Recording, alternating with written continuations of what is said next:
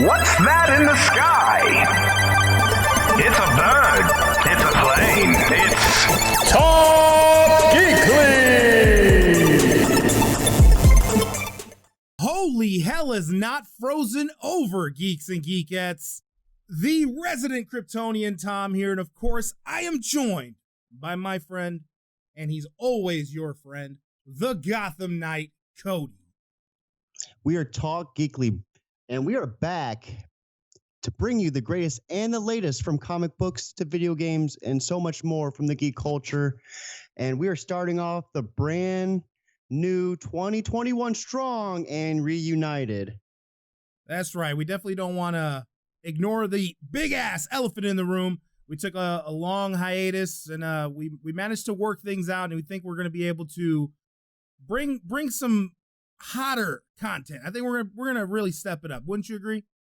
Yeah, I would say, there just came a point where we were just trying to strive and achieve so much in so little time, and it kind of just, would say, grew a little bit heavy for both of our shoulders. So, we decided to kind of just shake things up, and now I would say we both kind of utilized our time, our downtime, and just utilized learning new skills, and I think our production value is going to just be out through the roof. Oh, for sure. I think I'm very, very excited to continue this journey. It sucked to be away for so long. It's awesome to be back, and being back in such a big way, because we're doing a best of 2020, which is kind of weird because, best of the shittiest year ever. I don't know. What do you think? Yeah, there's a lot of shitty parts of 2020, but there was a lot of good. And I think a lot of it's just really in the mindset of people. If you're going to look at the bad, you're going to see nothing but bad. But maybe with this, top, list for us, we can kind of open some people's eyes and inspire them to see the good that happened last year. For sure. I agree.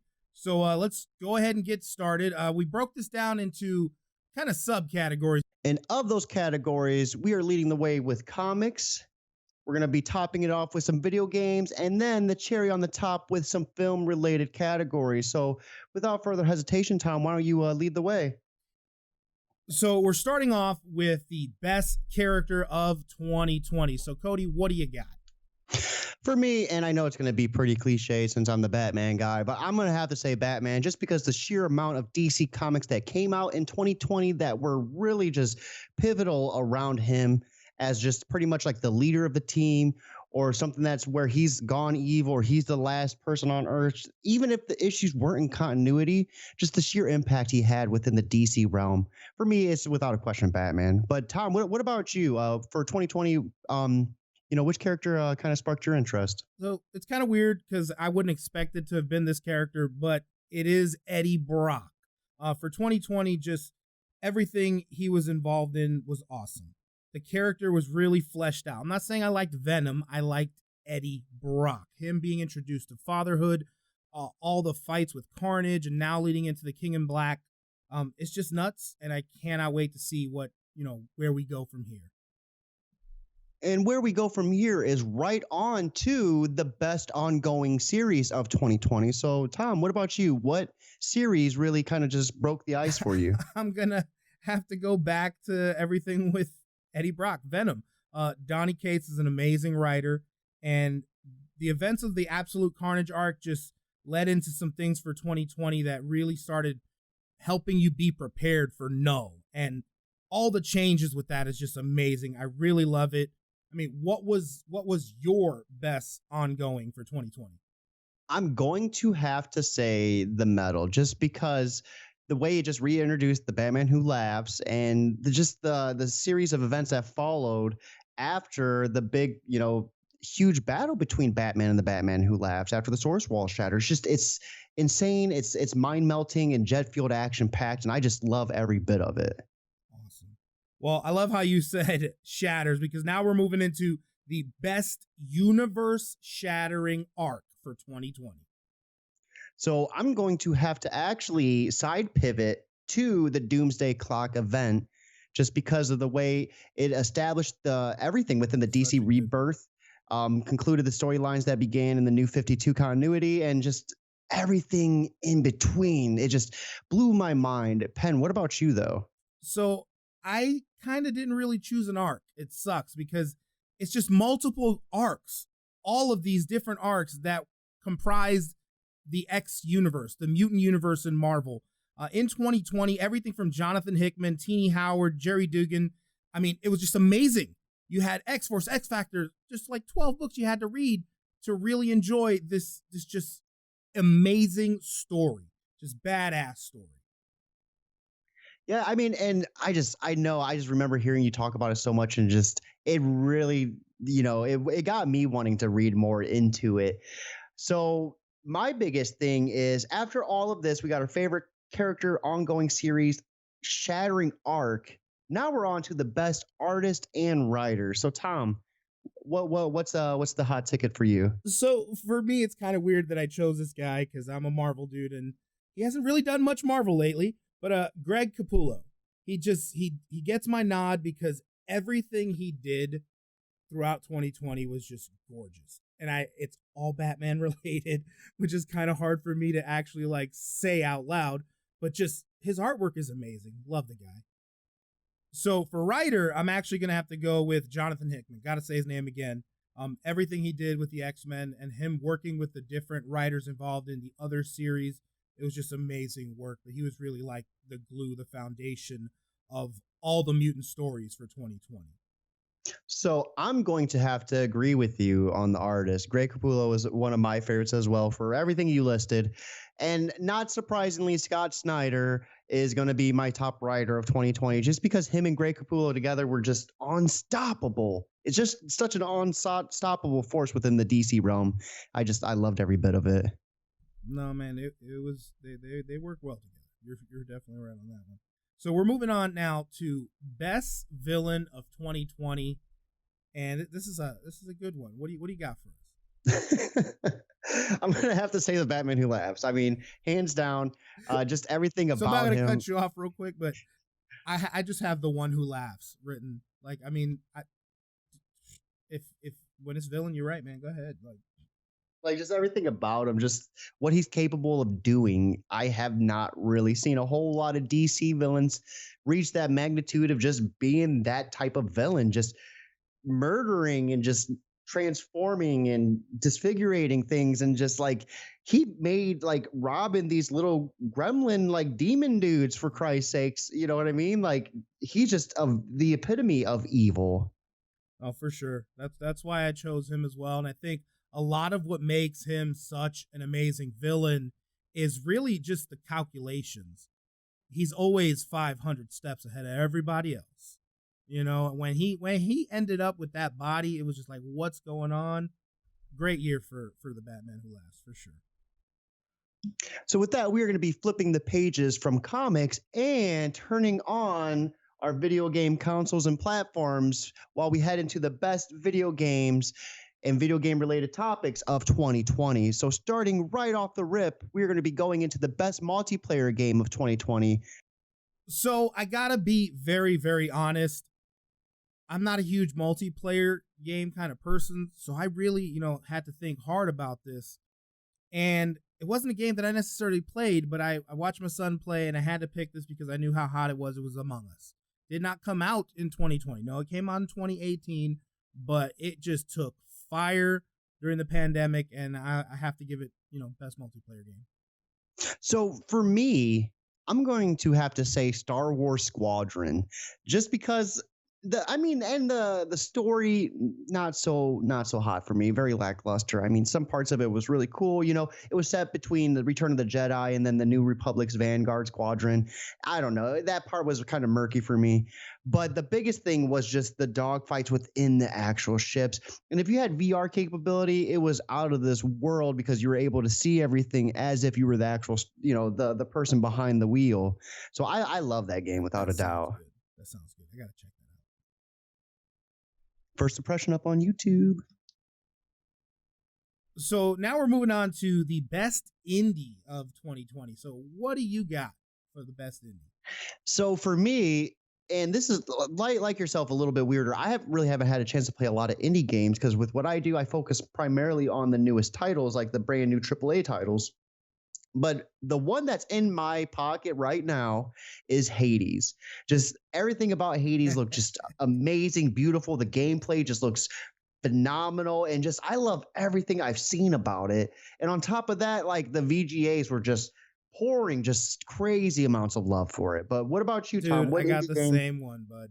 The VO, the artwork, everything about this game is amazing. And the replayability, holy crap. I think a lot of it has to do with the VO. It just you're really not going to hear the same thing every time you play. They've put so much work into that game. Awesome job, Supergiant Games. Praise be to you for that one. So with every indie game though, there's always the work up towards AAA titles. So Tom, what was your favorite single player experience within 2020? So I'm gonna have to go with the only game that I really played a lot of, and that's World of Warcraft, Shadowlands. I played a lot of it, and it's the game that kind of took most of my time towards the tail end of 2020.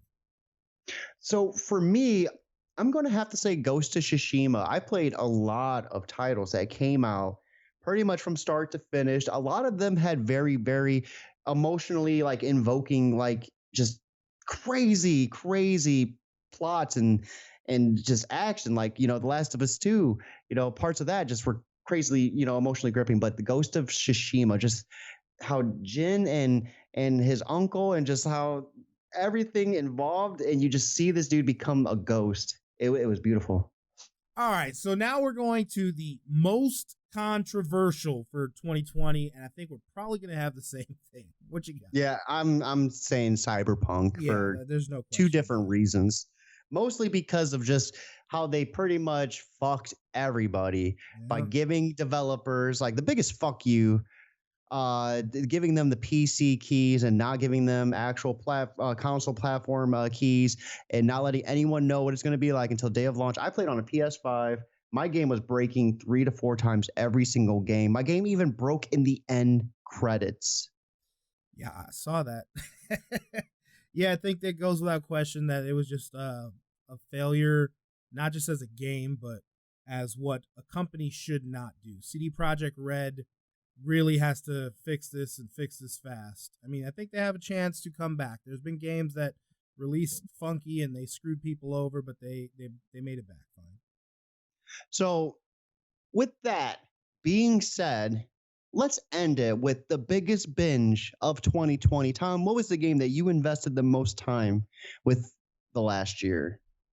So the game I spent the most playing, I had to think really hard about this because I have not spent a lot of time gaming over the 2020 year.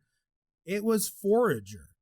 It's kind of weird, but I looked back and I had like 127 hours in a matter of like, I don't know, I think 10 days, which for me is not something I normally do at all. So yeah, Forager was definitely my biggest binge.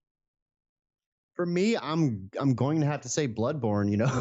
This game is a couple years old, but I just love everything about it. It was my first experience within the Soulsborne universe. It was my first love of from software, and I would not give it up for anything.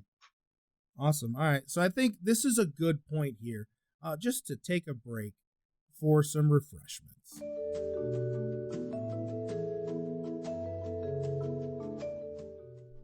Okay. So next up is best movie. We're jumping on screen now. What you got, best movie? So for me, there wasn't a whole lot of options that came out within 2020. So I'm gonna have to say the Bill and Ted. And I think Yeah. I'm gonna let you take the wheel because I think you feel the same way. Yeah, definitely. I mean, it was a blast from the past, but like you said, very few blockbusters in 2020, and this one was just it was a fun film. I got to give shout out to Bridget Lundy Payne, just she playing Billy. It was awesome. She did such a good job at that character. Yeah, absolutely, absolutely. So after the best movie, we have best TV show slash series. Tom, what TV show did it for you this last year? This was a hard one. I wanted to give it to a different TV show, but I have to stick to my Star Wars roots and go with Mandalorian. When you have Ahsoka Tano, Boba Fett, and Bo-Katan all in the same season showing up on screen, can't say no to that. Yeah, I honestly can't really say much better than that. That's what was my favorite too, and I think you kind of just hit the nail on the head with everything you just said. Yeah, so I guess we'll just move on to the best animated for 2020. So for me, the best animated, and I'm gonna have to say, because this came in right at the tail end, it has to be Soul. This movie it took me by surprise. I was expecting something that just was very pretty on the eyes, but the story and just how it just suddenly became so serious, it really left me feeling some way. Yeah, it was a good movie for sure. I enjoyed that. But I had to go with Kippo and the Age of Wonder Beast. That was a Netflix original, and I didn't even realize that all 3 seasons came out in 2020. So you got to see the entire series unfold, and it's just beautifully animated show, and it was nice to watch it with the family. We definitely enjoyed it. I don't know. What's the most impactful moment of 2020? I know we had a lot of different categories leading up to this point, but Tom, what was the most impactful moment on screen that really did it for you? So I had to choose this one just because I didn't choose this for best series, even though I should have probably gotten it. Was Homelander. Him masturbating over the city in season 2 was just awesome, and it was nice to learn the story behind that and how they actually wanted to have that in season 1, and seeing them use it for season 2 was awesome. Yeah, I mean, I definitely need to dive more into that. I watched a few episodes. I loved what I saw, but I mean, after hearing that, I think I'm kind of sold. What really did it for me, I'm going to be throwing another throwback, is Soul. Just the moment when the dude, oh my God, it was so sad. I was watching it with my kids, and he realized that what he was chasing his whole entire life really wasn't like the meaning of life, and he accepted death. Anytime a kid movie has someone's like accepting death and being okay with dying, it like really just destroys me internally. So like for me, that really did it for me. Yeah, that was a kind of weird, dark moment for them, for sure. So we're dark, right? Let's go on to best villainous character on screen 2020.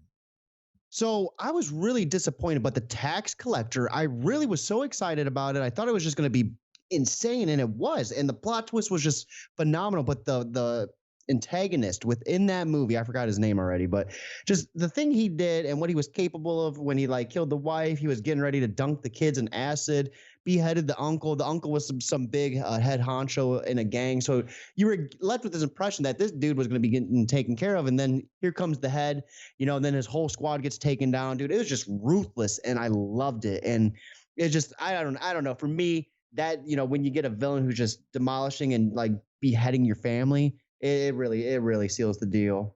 It sounds fucking gross. I have to check this out. But I got to go back to the boys again. But this time, not an actual boy. We're talking about the evil bitch Stormfront. Fucked up neo-Nazi villain for season 2 of The Boys. Just really, really good freaking, just Aya Cash. She makes you love to hate her, and it was awesome. I want more of that character, but we ain't gonna get more of that character. That kind of wraps things up. I think what we're gonna do though is biggest anticipation for 2021. So Tom, for you, what do you want to see happen within 2021? So for 2021, I got to be honest with you. I want to see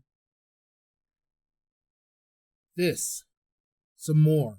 I want to record a lot more of this and get this fully fleshed out and to the level that we both believe we can take it.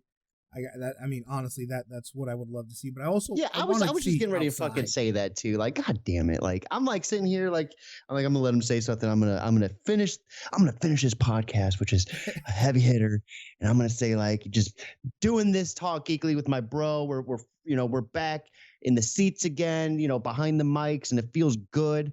And fuck yeah, dude, it feels good to be doing this with my best friend again. Yeah, it's awesome. So I'm really looking forward to next week, man. Next week's going to be a good one where we jump back into, typical format, give you your comic book news, your video game news, and whatever other geekly subjects we might like to throw your way. What are you looking forward to doing this coming week? So for me, I'm going to be diving into, I've been really, really taking control of my YouTube content, just really like studying Adobe Premiere, learning the ins and outs of editing. So with that being said, I'm going to be taking, content from here and, making a YouTube video for our we're going to be starting to provide content on YouTube. So every podcast we do, we're going to have a supplement content on YouTube. So that way, if you're not able to listen to us on Anchor, you're not able to listen to us on Spotify or, all other major podcasts, you can pull us up on YouTube. And right now it's going to be kind of bare bone basic, but we're going to eventually work our way up to something, pretty neat. So, stay tuned for that. And hopefully Twitch streams coming soon. And as always, guys, man, it feels good to really be saying that. You can check us out on Twitter, Twitch, Facebook, Instagram, YouTube, and so much more at Talk Geekly. And Tom, why don't you do us the honors? Keep it geekly.